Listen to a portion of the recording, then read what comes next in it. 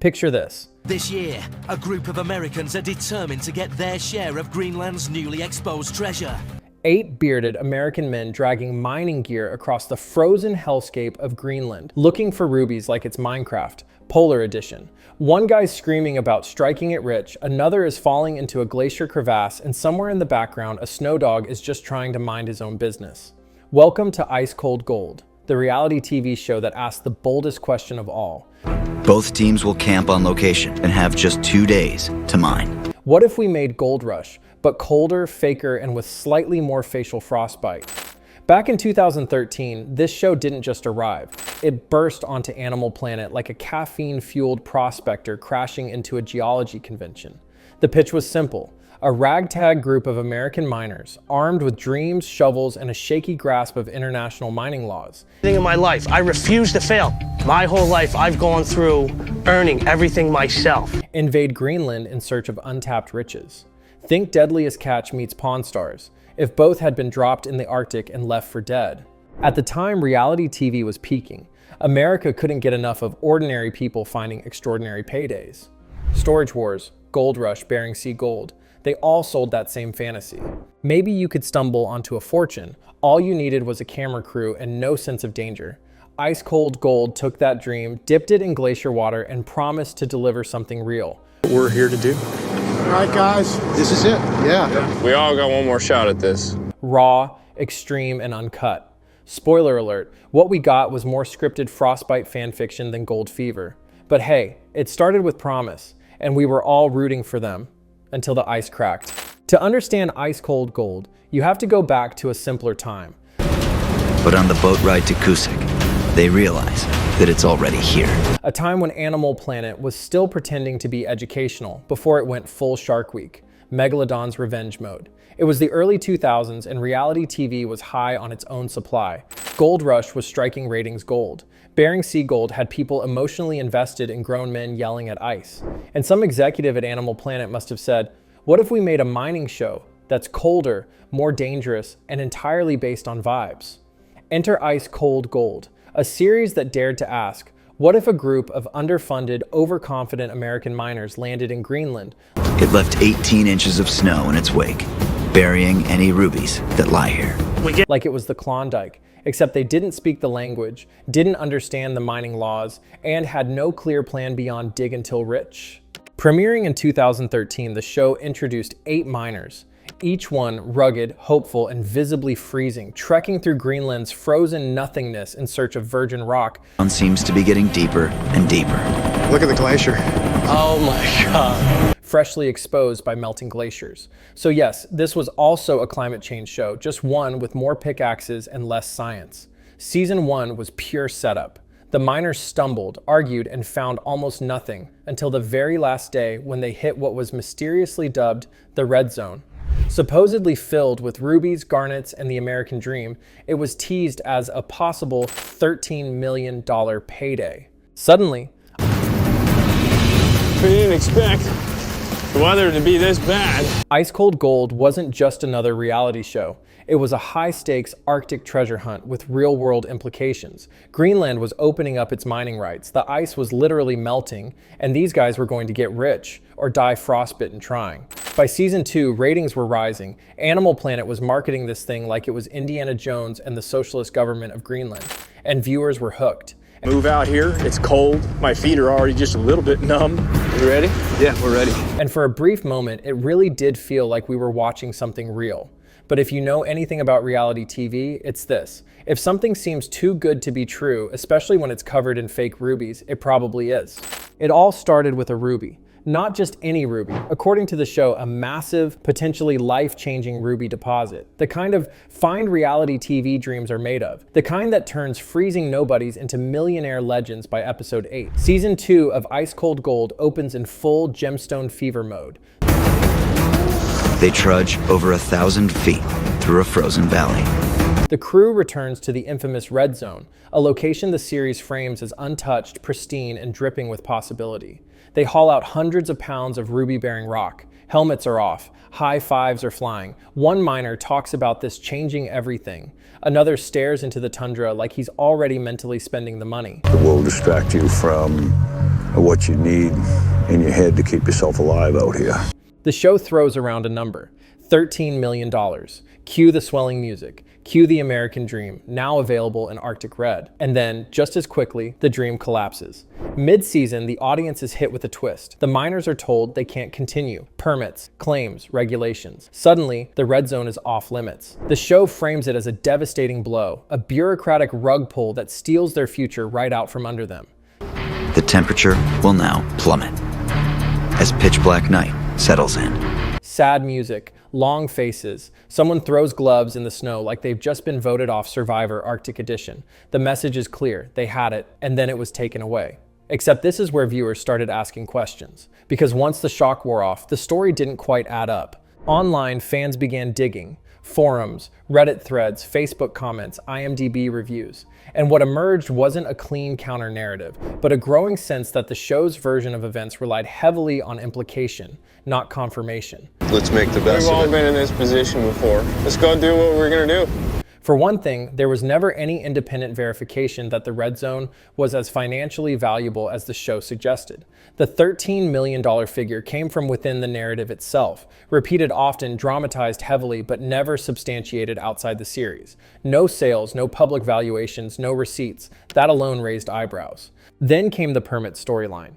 The show portrayed the loss of access as sudden and unjust, but offered very little concrete explanation of what rights the crew actually held in the first place. Viewers weren't shown contracts, licenses, ownership documents, just emotional fallout. This is miserable. Yeah, my gloves are pretty much useless at this point. And that gap mattered, because without those details, the audience was being asked to accept the heartbreak on faith. Some fans went further, pointing out that Greenland's mining industry is tightly regulated and that large-scale gemstone operations don't just appear overnight. Others noted that companies had explored parts of Greenland long before the show aired, which made the idea of a completely virgin zone feel optimistic. Whether those suspicions were accurate or not, the effect was the same. Trust started to erode. Social media reflected it immediately. Comments popped up questioning the legitimacy of the claim. Viewers accused the show of overselling potential and underselling reality. One widely shared post bluntly called the entire Ruby arc manufactured drama. It's going to be tough. I mean, we've got probably over a foot of snow on the ground, and we're only here for a limited time. While others suggested the situation had been simplified or exaggerated for television. Suddenly, Ice Cold Gold wasn't being watched as an adventure anymore. It was being dissected. And once that switch flips, reality TV is in trouble. From there, the cracks widened fast. Season 3 tried to pivot. With the Ruby storyline effectively frozen, the team shifted locations and objectives, chasing gold, quartz, and vague geological promise across Greenland. New sites, new hopes, same cycle. There was a sled dog named Nunu, seemingly added to boost morale or distract from the collapsing narrative. Even Nunu looked unconvinced. Meanwhile, the interpersonal drama ramped up. Long shot location called Capiarfin, where they failed to find a single speck of gold. Arguments became central, tensions escalated. In one infamous moment, a miner accidentally destroyed a large ruby specimen on camera, prompting reactions that felt either deeply authentic or suspiciously theatrical. Either way, it didn't help. Behind the scenes, cast members grew evasive online. Questions about the red zone were deflected. References to contracts and what we're allowed to say became common, which in reality TV language usually translates to the story is more complicated than what aired. By now, the audience had fully clocked the pattern. Every promising discovery was followed by disappointment. Every breakthrough dissolved into obstacles. The miners were always this close, and then suddenly, they weren't. No lasting wins, no visible profits, no payoff. 3 seasons in, viewers realized something uncomfortable. Despite all the danger, drama, and hype, there was nothing concrete to show for it. After Eki, instead of following Eric's plan to spend their final weeks at one last base camp, I've got no functioning mine, no confirmed gemstone sales, no transformation from risk to reward. Even Pawn Stars closes a deal once in a while. IMDb reviews turned brutal. What started as fun and adventurous became fabricated and frustrating. One user summed it up perfectly, calling the series more theater than reality. And that was the real collapse. Not one lie, not one moment, but a growing realization that the show's promises consistently outweighed its proof. Ice Cold Gold didn't fail because it was fake. Reality TV always is. It failed because it broke the illusion without offering a satisfying fantasy in return. If you're going to script the struggle, at least script the success. Instead, viewers got frostbite, frustration, and 3 seasons of almost. Ratings dipped, online sentiment soured, and by 2015, Ice Cold Gold quietly vanished. No finale, no reunion, no victory lap, just silence. Oh man, that was a day. A show that launched as an Arctic treasure hunt ended as a cautionary tale, not about mining, but about what happens when reality TV asks for belief and forgets to earn it. They didn't strike gold, they struck doubt. And in reality television, that's the one thing you can't mine your way out of. At this point, Ice Cold Gold wasn't just a reality show gone wrong. It was a full-blown case study in how to ruin a good premise with network notes, fake tension, and an avalanche of bad decisions. Let's be honest, Season 3 felt less like a mining expedition and more like an elaborate improv class set in a freezer. Every episode followed the same tired formula. 1. Find a promising rock. 2. Stare at the rock dramatically. 3. Argue about the rock. 4. Lose the rock. 5. Blame Greenland. It was like watching the same frozen fever dream on repeat, just with different beards. Even the editing started to feel like it had given up. The same 5 reaction shots recycled like a TikTok trend. Slow-mo shots of people digging while inspirational music swelled, only to immediately cut to, guys, we have to leave this site. It's like they were legally required to disappoint the audience once every 12 minutes. And remember when the show pretended to be about mining? The other manually pumps water to the blade to keep it from overheating. By Season 3, that illusion had fully melted. Most of the exploration consisted of dramatic drone shots, shouting matches, and the occasional pickaxe pose for the camera. More America's Next Top Miner than actual geological work. Also, let's talk about the crew. By now, they were less a team and more a dysfunctional survivor tribe who missed the memo that there's no $1 million prize at the end. The infighting became the main storyline. Feldman versus Eric, brother versus brother, man versus snow. It was all very Real Housewives of Reykjavik. And yet, nothing ever changed. No one struck it rich. No one left. No one learned. The stakes somehow got lower every time the drama got higher. It's almost poetic. Really, a show built on the promise of undiscovered riches ended up becoming a cautionary tale about overproduced nothingness. It looks like we may be splitting up here pretty soon, but it is good to work with you again. Well, Even the fans saw it. Social media turned from awe to eye roll. On Reddit, users ranked Ice Cold Gold among the most blatantly fake reality shows of all time, right next to Moonshiners and Finding Bigfoot. One viral meme showed a miner crying in the snow with the caption, "When you realize your Ruby claim is as real as your TV contract," and yet nobody was surprised anymore. The magic was gone. The trust was gone. The illusion had frozen solid and shattered. In the end, Ice Cold Gold stopped being a show about mining and became a show about pretending to mine, failing to mine, and then blaming Greenland for not playing along with the fantasy. What could have been a raw, gripping look at Arctic survival and the thrill of discovery turned into a snow-covered soap opera where the only thing deeper than the permafrost was the producer's desperation for content. Here, I believe. If they're successful, that's good. I mean, it's good as a team. It helps us.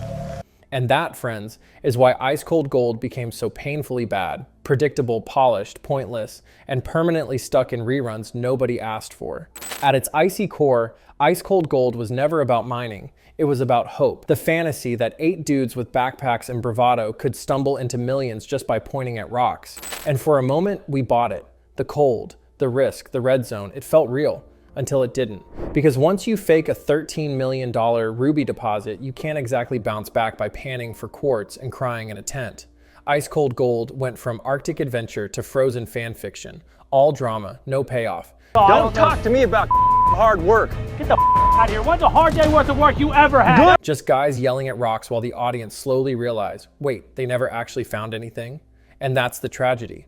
The fantasy almost worked. It had the terrain, it had the tension, it had a sled dog named Nunu, but it didn't have truth, or payoff, or, actual mining. So what's the lesson here? Don't sell us gold and give us gravel. Don't call it reality if it's just reality adjacent. And please, if you're going to lie on national TV, at least find one ruby first. Now like, subscribe, and drop a comment. Was Nunu the only honest cast member?